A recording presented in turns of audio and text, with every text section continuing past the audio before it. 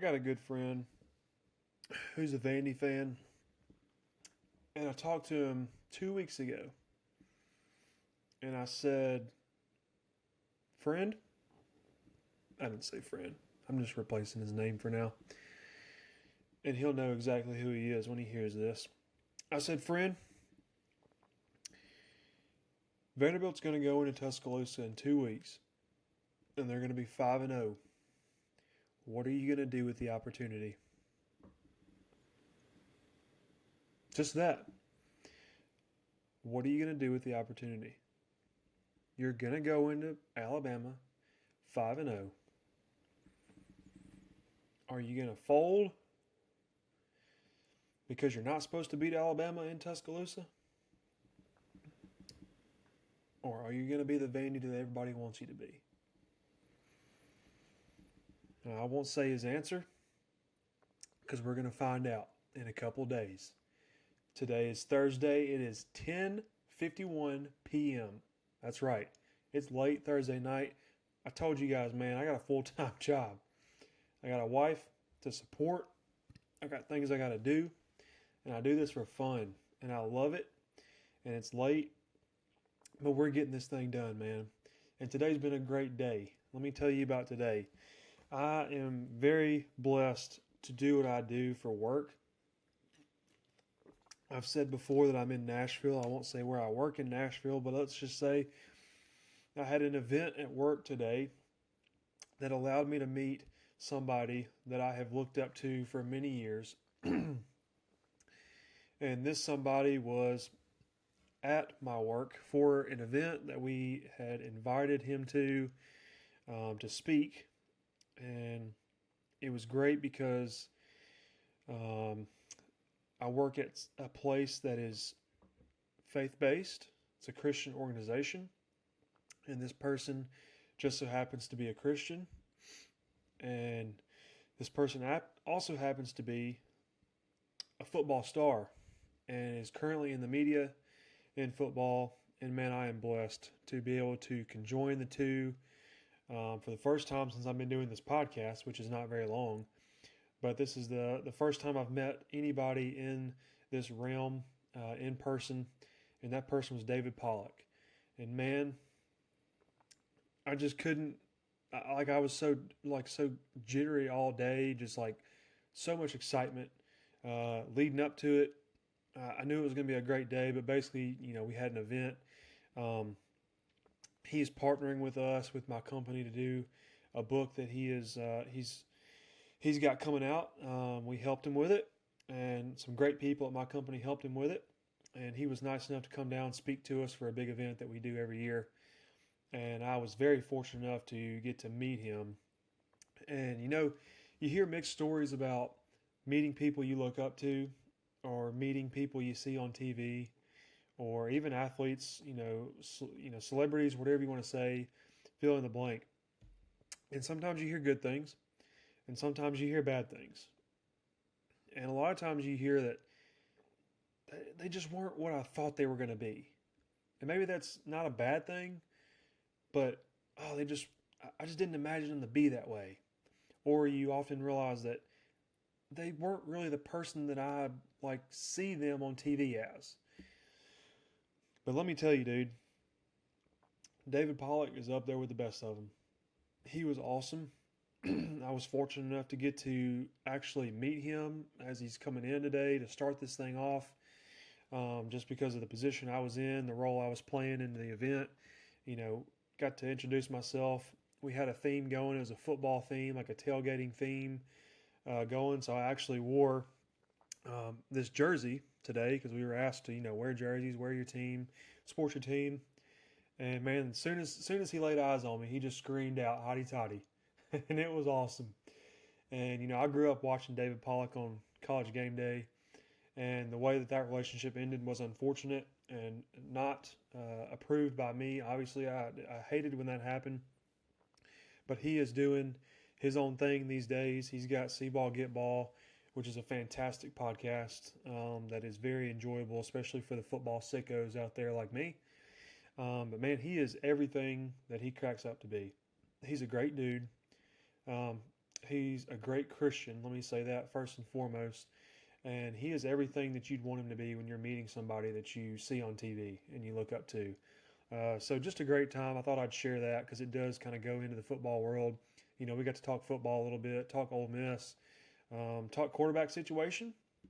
I honestly was not expecting this, but we started to talk a little bit of Ole Miss in just the minute or two that I had, and I was just laughing. Like, he just goes, "Man, Chambliss is the guy," and we know that. We've talked about this on the show. Trinidad Chambliss is definitely the guy. I've said many times it's his job to lose.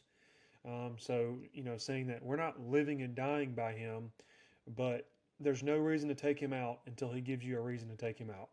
And so far, there's been no reason to take him out. But to kind of hold the conversation, I wanted to take advantage of it. I didn't want to be, oh yeah, and then just be done. So I go, man, you're right, but it's going to be interesting to see what happens when Austin Simmons is 100% healthy. Lane says when he's 100%, there's a conversation to be had. And I barely got it out, and he's like, no, Chambliss is the guy, okay? It was awesome. So, super cool moment. I will try to put up a picture at this point. And but yeah, great dude. Hopefully, who knows, man, maybe down the road we get him on here or, talk some ball, see what he's got to say. But obviously we have lots and lots and lots of viewers to gain before we can get there. And lots of episodes we got to go through to get there. So I'm hoping you guys can help me out with that. Help me get there. I really appreciate the support from the group of people that I know are continually watching this and listening to this every week, twice a week. I'm trying to make these episodes as short as I can to give you as much information and not waste your time. But I've got a group of people out there that do a fantastic job of watching this, keeping up with it, and just supporting me. So if you guys can continue to do that, it's greatly appreciated. And hopefully one day we will get David on here. Or just talk to David in general in one way or another and be able to record it and put it out and let everybody get to see how cool of a dude he is. So but yeah, man, it is apple picking weekend. You may have noticed if you're on YouTube, it's dark. I got the lights off. I got one light up front right here. It's the vibe. It's not because it's 10:51, 10:57 now. It's not because it's late at night. I'm not afraid of the light. It's just the vibe. I hate to say it. I'm going to give you all I got. But apple picking weekend, middle of the year, a lot of bye weeks, very few ranked matchups. It just is what it is. As a football sicko, I'm going to enjoy football on Saturday just as much as any other week of the season. But I would be lying if I told you that I'm looking forward to all the matchups. Because there's not a lot of matchups to look forward to. But we're going to find the good ones. We're going to talk about the ones that I think are going to be actually worth watching. And I just wanted to switch it up, man. See how it goes. See what the vibe is like with the lights off, one main light. So no, it is not because it's late. I do these at night anyway. They're usually around 9 p.m. But this is definitely the latest one I've done. But yeah, Vanderbilt, we're going to get into that game, but what are you going to do? It's your time now, and you can either take the opportunity and make the most of it, or you can do what everybody expects you to do, and I hate to say it. Let's get into these games. I got 8 games. All right, it's apple picking weekend. Normally we're more than 8 games, but I got 8 games that I think are worth talking about, at least for a few seconds, and we're going to go through them. Some of them I got some information on. Some of them I'm going to be up front and tell you this is all feel. Sometimes you got to predict games on feel. You watch enough at this point. I have watched hundreds of hours of football at this point in the season. Some of these teams didn't have a lot of turnover. They're very similar. So some of these teams, like Vanderbilt, we've watched for 2 years now almost, it feels like. And sometimes you just got to predict on feel because the numbers are always there. The numbers are always changing. And I've said numbers are very important on this show, but you can't live and die by the numbers. Sometimes you got to watch the football. Sometimes you got to understand what is going on, and you just got to make your best predictions based off what you see, what you feel, what you know. So we will do that.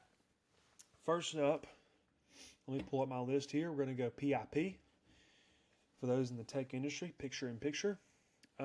First up, we have Kentucky at Georgia. That is an 11 a.m. kick. It's the only 11 a.m. kick we have this week. Not a bad thing. Obviously, it's usually fun to get the juices flowing early, have 3 or 4 predictions to watch. But this weekend, we just got to take what we can get. So we have one game, Kentucky at Georgia. Georgia is minus 20.5. Let me throw my disclaimer out there. We do not condone gambling. We do not promote any sports books. We do not partner with any sports books. This is simply a hobby for me. I do it because I love it. I put the information out there because there's people out there that want to hear it, because they ask me all week during the week in informal, non-recorded conversations. So at one point in the beginning of the football season, I figured, hey, let's record them. I'm finally at a point where it's going public, but I need to be crystal clear that I'm not encouraging you to use my information to bet, and I'm not encouraging you to gamble or bet in general at all. Now, I will choose predictions based off of covers, very rarely overs and unders, but they may be included at some point too. But I do that to set myself apart, because if I can have a good record picking spreads, it's way better than if I just came on here and picked winners and losers, because everybody can pick winners and losers. So got that disclaimer in. I do that every week. So let's start. Kentucky at Georgia. Now, you know, if you've watched this show, the simple rating system is one of my favorite stats. I love it. You can find it on collegefootballreference.com, .net, .org, whatever. Google it. But the simple rating system takes your strength of schedule and your differential, and they put it together, and they give you a number that says, for example, Kentucky's simple rating system number is 6.55. So if Kentucky played an absolutely middle-of-the-road average team on a neutral site, they should win by 6.5 points. Georgia's simple rating system is 13.32. All right, so there's a good differential there. It's not 20. The spread's 20. That's a big number, and it worries me. It definitely worries me, but let's get a little bit deeper into the numbers. All right, I'm going a little bit different. I'm actually holding my notes this time, so I'm looking at a different spot, and one day I will try to get this all on my screen so I can have more eye contact, but for now, just watch the side of my head, okay? So again, well, like I said, Kentucky 6 on the simple rating system, Georgia 13 on the simple rating system. That gives us a 7-point differential, which matches nowhere close to the 20-point spread that we do have.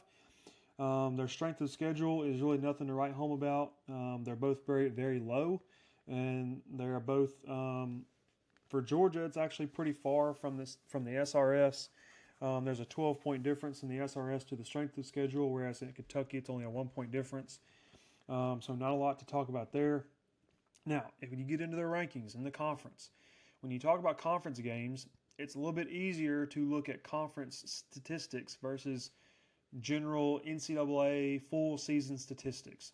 Because what you'll find, especially at this point in the year, if you're going to look at stats and rankings and stat categories for teams in reference to their entire schedule, you're going to get skewed numbers of them playing G5, cupcakes, high school teams, and it's going to throw those numbers off. Now, most of these teams have all played at least 2 games in conference so far. So you start to look at conference rankings and conference statistics. It gives you a little bit more of an accurate number at what you're actually looking at this team on paper. Now, when we look at Kentucky, they're 13th in the conference in scoring offense, and they are 15th. They have the 15th ranked defense in the conference. Obviously, they're one of the most terrible teams in the SEC. They don't have a lot going for them right now, and they're just straight up not very good. They're 13th in first downs. First downs allowed. So they're giving up tons of first downs. They're 15th in offensive first downs. They're getting very few first downs. And when you look at Georgia, Georgia's top 3 in time of possession and 4th in the rushing category. Kentucky gives up the 4th most rushing yards per game. Now, how do you control a game? You control a game by running the ball. Okay? The SEC is not a conference that is built around rushing the football. They never have been. There's been lots of great running backs. There's been a lot of great running teams. And the great running teams are typically the great teams in general. That's how you control a game, because you can slow the game down, you can control the pace, and you're not getting off the field as quickly. A few incompletions in the passing game gets you off the field fast. So, what do the numbers mean that I just gave you? Well, number one, it means Georgia being top 3 in time of possession means they're going to hold the ball a bunch. And when they're holding the ball a bunch, that means Kentucky can't score, because we really don't expect them to score any on defense, as in, fumbles to the house, pick sixes, all that. I would be color me shocked if Kentucky gets any of that against Georgia this weekend. So we have time of possession advantage there. Georgia is 4th in the rushing category, so they are the 4th best team on the ground in the SEC, which is good. I know some people, like I just said, that the rushing is not a huge staple in the SEC, but if you can be top 5 in the conference, in any Power 4 conference, and running the ball, you're probably pretty good at it.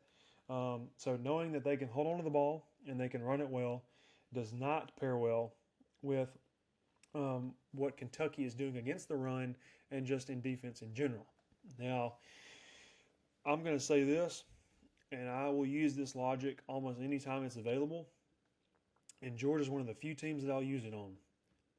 I don't want to be the one playing Georgia after they lost, because Kirby Smart is as, he gets furious, he gets angry, he runs the score up when he's pissed off, and I can promise you this team is pissed off after last week. Losing to Alabama at home, nobody really thought that Alabama could do it.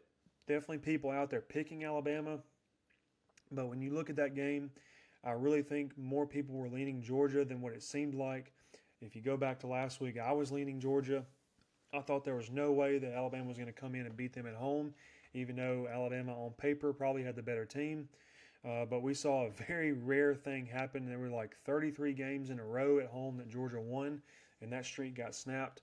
So there's just a lot riding on that game. It didn't go their way, and I don't want to be the one in the way of them on the train tracks when the freight train's coming through this week. And unfortunately for Kentucky, that's the spot that they're in. They're already one of the worst teams in the conference. Georgia still has tons and tons to play for. One loss is not going to define them, and especially with it being against Alabama. Now, one thing that I don't like about this game is neither of these teams have covered more than twice. Or more than once. Neither of these teams have covered twice this season, so they're not doing a great job living up to the expectations that Vegas is putting forth for them. Vegas is very good at what they do, so when teams have a hard time covering, that says a couple of things. One thing it could be, well, they're just not really what people are expecting them to be, and it could also mean that they're not living up to the numbers that are put forth for them as far as, on paper it says they should be doing this, and they're not doing it. So there's a couple things there that definitely make me worried about this game. Obviously, 20.5 is tons of points. But Georgia at home, I don't care that it's at 11 a.m. I think these people are going to be pissed off. The fans are going to be pissed off. They're looking to prove themselves, and Kentucky is the punching bag this week. So I will predict Georgia to cover the 20.5 point spread in Athens. I think they get back on track with this game. This is a get-right game. Fix all your mistakes from last week. Let it all out. Get all your anger out. Treat this game like a rage room and just make it happen.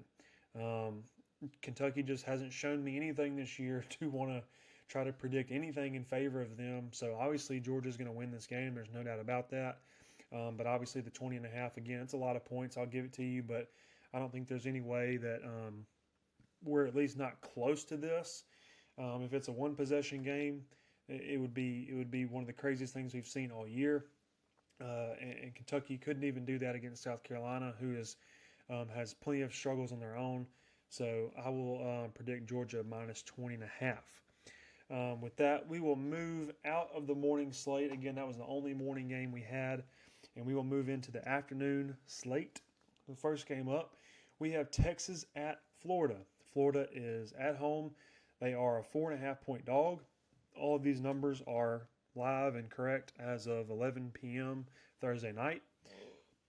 And we don't know a lot about Texas yet. We know a lot about Florida. Now, one thing that these two teams have in common with the last two teams is they also don't cover well. Texas and Florida have neither covered twice this season. That does go a long way when you are making predictions.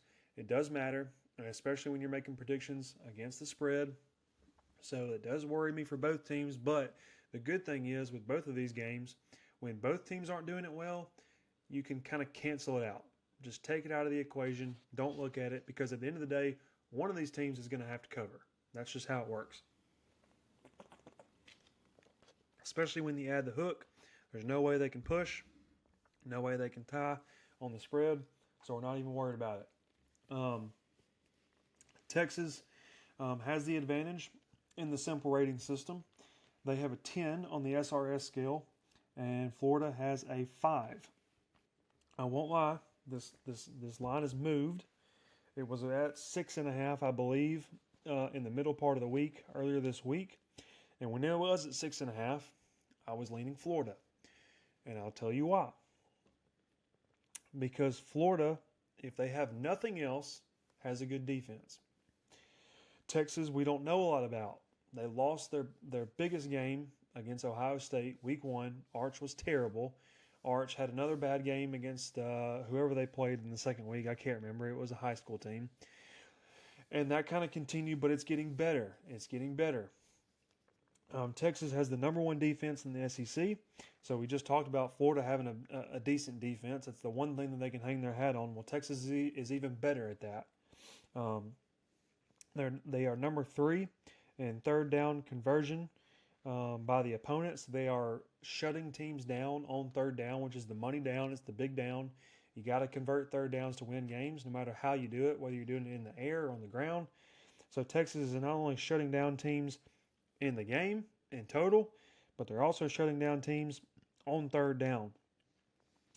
And if Florida has no way to get their offense going, there's no way that they can win this game, and there's definitely no way that they can cover a number like that. Now at 6.5, it's a little bit different, because I don't think this is going to be a blowout. I think this is one of Texas's bigger games. It's obviously the biggest game since Ohio State. Ohio State is leaps and bounds better than Florida, so the competition isn't going to quite be there. But you have to remember, Texas is on the road. The Swamp is a tough environment to play in, no matter how good the team is. And I think we are past the point of play for Billy Napier, keep him in it. I think there's no way that he keeps this job after this year unless they completely turn it around by winning this game against Texas this weekend and then virtually running the table, which is pretty much impossible. So we're past the point of like play for the coach. You know, I don't know that you can really play for the coach at this point. I don't know that the team is really interested in playing for the coach. I think if anything, they're playing for themselves, trying to market themselves, because they kind of, believe me, we know it, that Billy's gone after this year. They know it too. So we're kind of past that. Some of these kind of off the field metrics that we look at. And so we don't have to worry about that. And Florida has the last ranked offense in the SEC, which is just crazy. It's just crazy to think an offense led by DJ Lagway is one of the worst, actually is the worst in the conference. And I know he hasn't had a good year, but we've seen his potential. We've seen his ceiling. It's just not working out right now. I don't know why. I'm not that good at football research. I understand why. But he's throwing interceptions. They're not scoring. They're relying on field goals to win them games, which is just never going to happen. And so you put those things together, I think the being on the road for Texas will balance itself out eventually, especially if Arch gets going. As I said, his games are getting better and better and better. He's used to the competition because he's played at Ohio State already on the road. And that game was, we talk about that game for just a second. That was one of the loudest games of the year. We confirmed it on TV. They were talking about the decibel points at that stadium in the shoe for that game. It was super, super loud. It was Lee Corso's last game. You're not going to really top that as far as a road environment to go play in. And they lost that game by one possession. They could have easily won that game if they'd have done a few things right. So you talk about that. I don't know that the Swamp is going to compare to that necessarily. It's not going to be the easiest place to play, but you do a few things right early, you take the crowd out of it. And then you can rely on what you've seen this year, and that is a defense that has done exceptionally well and a Florida offense that has done terribly. You put those things together with the number coming down to 4.5. I don't see any way that Texas struggles here unless Arch kind of reverts back into the week 1 Arch, which I don't see. I think he knows that he's not fighting for his job, but he knows that he's got to put his name back in the conversation. He's got to have a good game, and he needs some sort of good stat line against a halfway decent team to kind of put himself back in people's minds as like, okay, he's a good quarterback. So looking at that, I like Texas here at this smaller number. I'm definitely going to watch it a little bit tighter and see where it goes. Obviously, it's already moved 2 points, so the odds of it moving 2 more in either direction are very unlikely. But as long as it's at 4.5, I'm going to predict Texas to cover the 4.5 spread. Couple more. We have 2 more in the afternoon. Now we have the biggest game of the day for me. Vanderbilt at Alabama. Alabama is favored by 10.5 points in Tuscaloosa. 2:30 start in that game. And when you look at that game, the SRS and the strength of schedule isn't, super different enough to really talk about it. Both of the numbers are pretty good. Both of their strength of schedules is pretty low, which is crazy to think. Alabama's played Florida State and Georgia, but their other games have been really, soft. And obviously Vandy has had some impressive showings, but they haven't played that great a competition when you really look at it from the outside looking in. But when we do look at it, here's what worries me. Vanderbilt allows 199 yards on average per game in the air. And they have the most touchdowns allowed in the SEC in the air. So the first thing I thought of when I saw that, I thought back to Alabama playing Wisconsin a couple weeks ago. And I will say I had Wisconsin predicted to cover that game because it was a 21-point spread. It was huge. Wisconsin's obviously a Power 4 team. They have no problem, with talent. They're obviously not where they want to be as a program. They're probably one of the worst Big Ten teams this year. But it's not like a G5 team or something like that. That is valuable competition. And I watched that game, rooting for Wisconsin, and I watched Ty Simpson just absolutely pick apart Wisconsin's defense in the air. Every time you look up, it's 7 to 10 yards downfield, 7 to 10 yards downfield, 7 to 10 yards downfield. Every time he threw to those guys, they catch it and there's nobody around them. They're wide open. But it wasn't way down the field, deep shots. It was just here and there, right on the marker. And then because you're wide open, you have room to run. Now, what's a little bit different about that when you say picking apart a defense, go back 2 years ago to the Arkansas-Ole Miss game. Ole Miss goes to Fayetteville and scores 60-some-odd points. We had one receiver, Jordan Watkins, had like 5 touchdowns. And every time you look up in that game, it's taking the top off. Super deep, going over the safeties. Huge gains, 50-plus yards, time and time again. The Alabama-Wisconsin game was not that. What was happening in Alabama-Wisconsin was much more dangerous than that. It's these simple plays, simple routes, getting guys into open space, Ty Simpson hitting them perfectly, giving them opportunities to run. And looking at what Vanderbilt gives up, it doesn't equate well. For my Vandy buddy that's listening to this, just give me a second.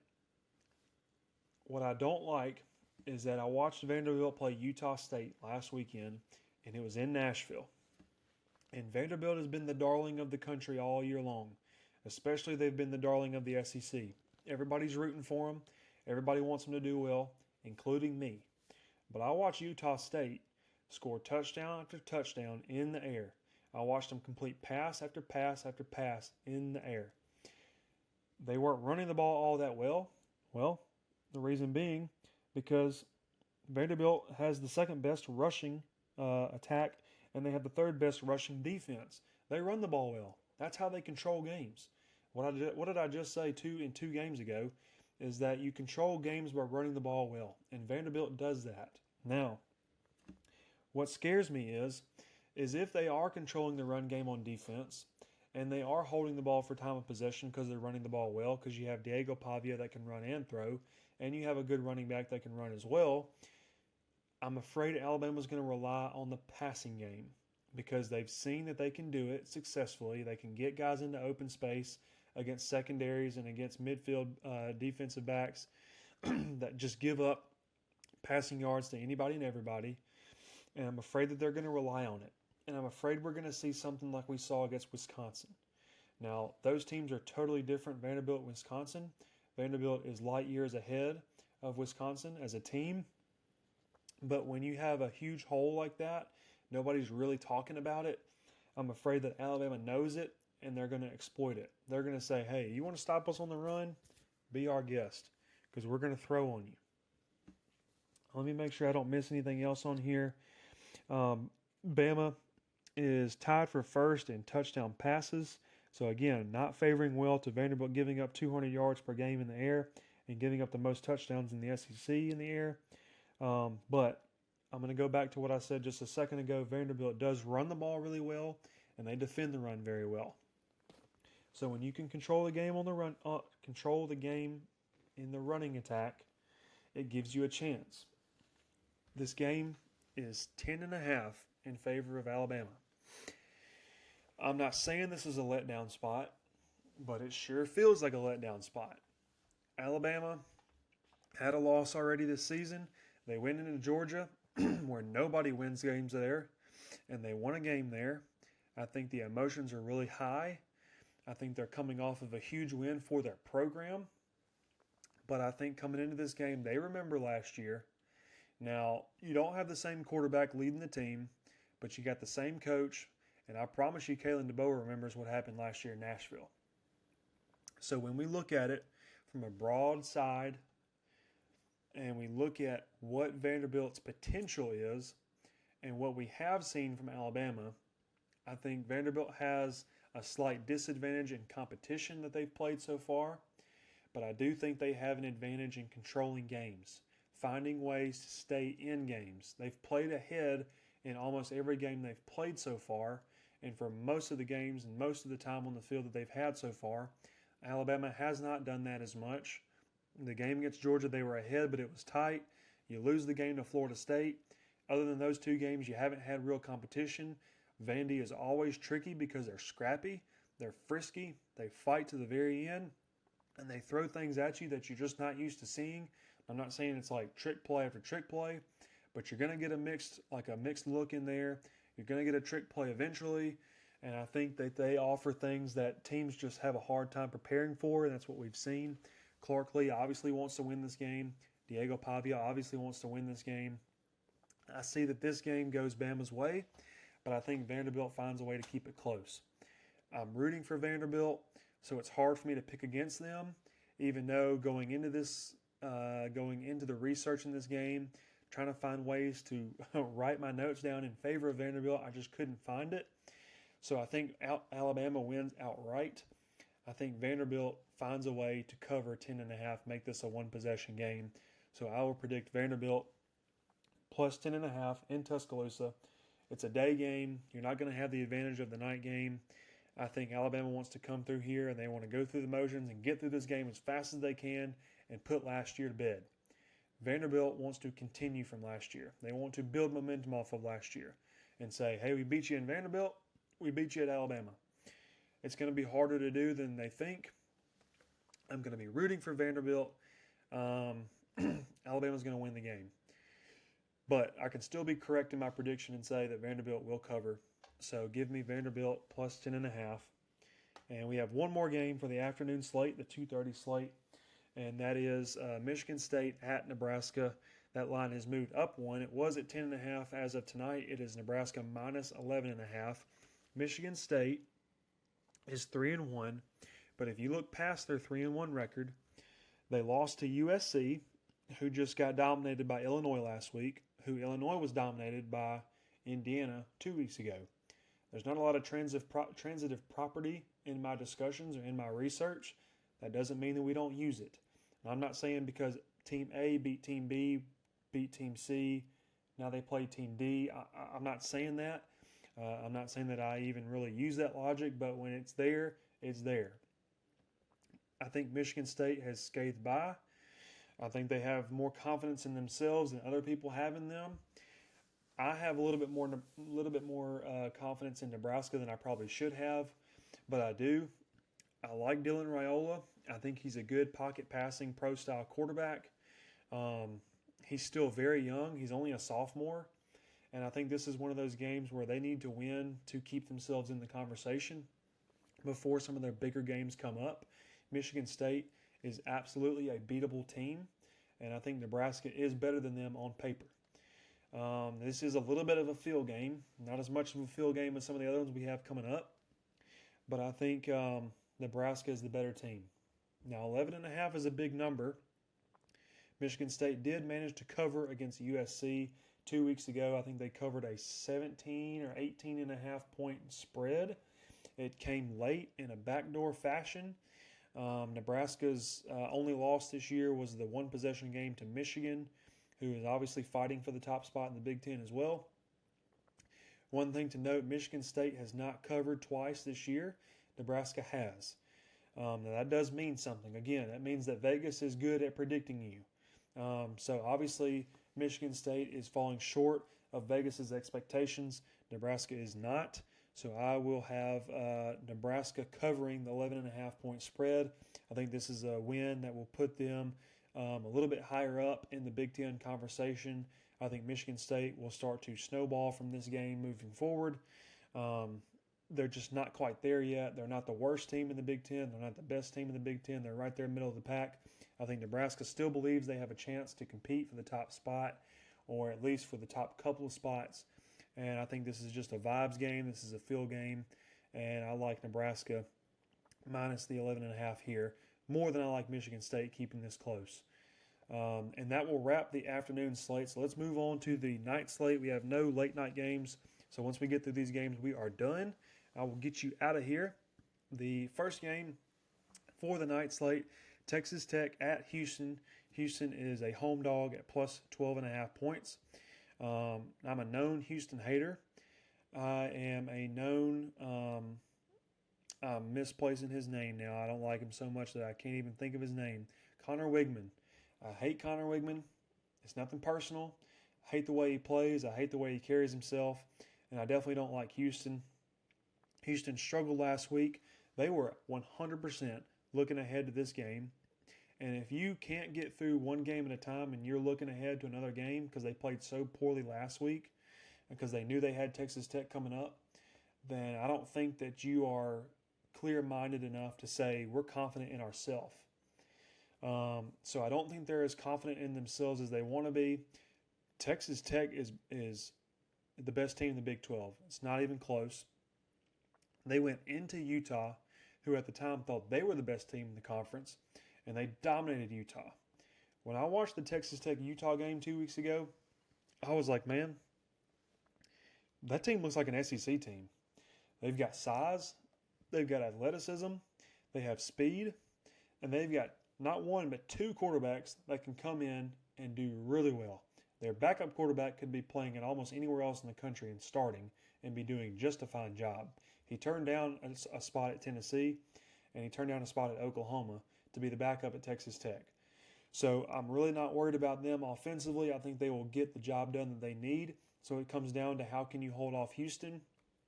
Houston obviously has put up decent offensive numbers. I don't think that they've played anybody even close to the level of what they're going to see at Texas Tech. I know that Texas Tech is the road team here, but Texas Tech has proven that a road test is nothing to them. They went into Utah, which is arguably the best home environment in the Big 12, one of the toughest home environments in the Big 12. Going into the Texas Tech game 2 weeks ago, they were 26-4 at home, and Texas Tech railroaded them. So I don't see any issues here going into Houston. Texas Tech is undefeated against the spread so far this season, and so that put a lot of value in that because that means the professionals in Vegas are accurately predicting. I've said that 4 times already, so I apologize for repeating, but it means a lot to me that the people that get paid lots and lots of money to create these lines are really good at predicting you. And if they think they can beat Houston by 12.5 points, so do I. Give me Texas Tech predicting them to cover 12.5 on the road at Houston. If I get burned by Houston again, I will hate watch them for the rest of the year. I will do whatever I can to bring that program down. Okay, moving on. The next big game, probably the only other big game of apple picking weekend, that is Miami at Florida State. Florida State coming off the loss against Virginia. Florida State is the home dog at 4.5 points. Don't forget to drink your water, people. You've got to drink water. I know it sucks. It has no flavor. But what you don't see is what it's doing for you. And right now it's hydrating me. It is lubing up the mouth so I can continue to talk to myself and keep a good voice. But it's good for you. No free shout-outs on this show, but I have Good and Gather here. This is Target Water. It's up there with the best of them. Target, if you're out there, I'll take a sponsorship. My wife would really appreciate it. Miami. They're one of the best teams in the country. They're top 3. I think the 1, 2, and 3 in the country with Ohio State, Oregon, and Miami is interchangeable. You could put any of those 3 teams with any of those 3 numbers by their name, and it would be correct. Knowing that, Florida State has shown that they have struggles. They have flaws. They lost to Virginia last week. There's more there at Virginia than what we think. I have predicted against Virginia this year, correctly I might add. But Virginia is not a team you can struggle against. You just simply can't afford to struggle against them when you open up to the year dominating for Alabama and you have all the potential in the world to come off a 2-win season and say, that was a fluke. We're one of the best teams in the country. We reloaded where we needed to reload, and we're ready to go. And you did it week 1, but when you had the game, a Friday night game on the road at Virginia, I know it was a great environment. I know that, now I didn't even realize how close. It's almost like playing Duke in basketball where you have students literally right off the sideline. I get it. I know Friday nights are weird, but you have to find a way to win that game. And I think they're going to be pissed off, but I don't know that they can compete with Miami. This is a vibes game. I'm not going to predict against one of the top 3 teams in the country. Carson Beck is playing at levels that we haven't seen in a year. He's playing at Georgia levels. He's doing everything right. Their defense is really, really good. I think Florida State's going to be a little cloudy as far as their mindset in this game. They're wanting to make up really quickly for Virginia. I think they might be wanting to get on that horse a little bit too quickly, I might add. So this is a vibes game. This is a feel game. The number's really small. I don't see why. I know they put a lot of faith in Florida State from week 1, but that was week 1. We're in week 6 now. That was 5 weeks ago when that happened. I think that is far too removed for Florida State to bank on. I think Miami has a body of work that is as good as anybody's, the teams that they have beat. So until Miami proves that they are normal and they are not one of the elites in the country, I'm going to continue to predict for them. So I will take Miami minus 4.5 in this game on the road. They go on the road at Florida State, get a big win, and prove to everybody that, hey, the elite in the country is Miami. The country runs through Miami. I don't like to say that. I obviously don't want to say it, but it's true. So until it's not true, I'm going to believe it's true. Let's move on. We got 2 more games. I hate that Ole Miss is on a bye week. These are the worst weeks. This goes back to the vibes here. I got the lights off. It's dim. If you're watching on or listening on podcast, you can't see it, but I got low vibes. I got low lights. It's apple picking weekend. I'm not going to spend all Saturday on the couch. I got things I got to do. This is the perfect weekend to get it done. And it's a small card, but I hate when Ole Miss doesn't play. I feel a void in my life that I can't sit down and watch the Rebs go at it. So unfortunately they're not. So it's crazy to be like, man, we're already pretty much almost done. But Mississippi State at A&M, the 12th man. A&M is the home favorite, 15.5. I'm just going to start it off with this. That number's too big. I talked on Tuesday this week about how it was completely asinine that Mississippi State is not ranked because they have 1 loss and it's against Tennessee, and Tennessee is one of the best teams in the SEC. And Arizona State's ranked 25th, and they beat Arizona State. Mississippi State received nominations to be in the top 25 this week. Somehow, I don't see how you receive nominations. You obviously didn't receive enough, but how do you not put Mississippi State in the 25th spot if you think Arizona State is good enough for the 25th spot? It doesn't make sense to me. I've liked what I've seen from Mississippi State this year. Look at what I got on the wall, man. I'm an Ole Miss fan. I hate Mississippi State. I hate everything they stand for. I hate their colors. I hate their logos. And we're bitter, bitter rivals. But give credit where credit is due on the show. I don't put too much bias into these predictions because it's not fair. And it's not fair for me to say, oh, yeah, A&M's going to come in here and they're going to beat them by 3 possessions. That wasn't an exaggeration. This is a 3-possession line. 15.5 points means 2 touchdowns and some. So one thing that I am looking at here, State has covered every game they have played in so far. They are 5-0 against the spread. A&M has covered once. One time A&M has covered the number. State has covered the number 5 out of 5 times. People are not looking at Mississippi State the way they should. They're not giving them the respect that they should. I think the reason they didn't get into the rankings this week is because people were down on them after their performance against Northern Illinois. Northern Illinois was a look-ahead game for Mississippi State. It was an earlier game for Mississippi State.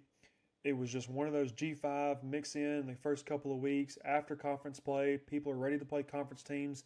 Fans are done with these G5 games. They want to get into conference play. And they looked ahead, and they let Northern Illinois hang in for a little bit too long. But what matters is they won the game. And when they play Arizona State, they won the game. And when they played Tennessee, they're one of the best teams in the conference, they were one play away from winning the game. They lost that game by 1 possession in overtime. A dropped touchdown catch keeps that game alive. And it's just one of those things that it just happens. Somebody has to win. Somebody has to lose. Last week, it was Mississippi State. So I put a lot of value in Mississippi State so far. They're a prove-it-to-me team. So until they prove me wrong, I'm going to ride the hot hand. And I'm also going to put value in the fact that A&M is not being predicted very well by Vegas. 15.5 is a huge number for this game.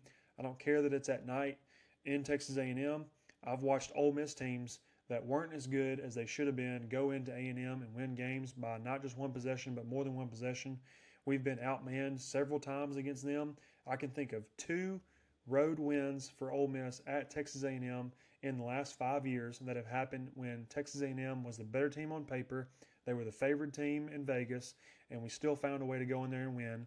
I'm not saying Mississippi State's going to win this game.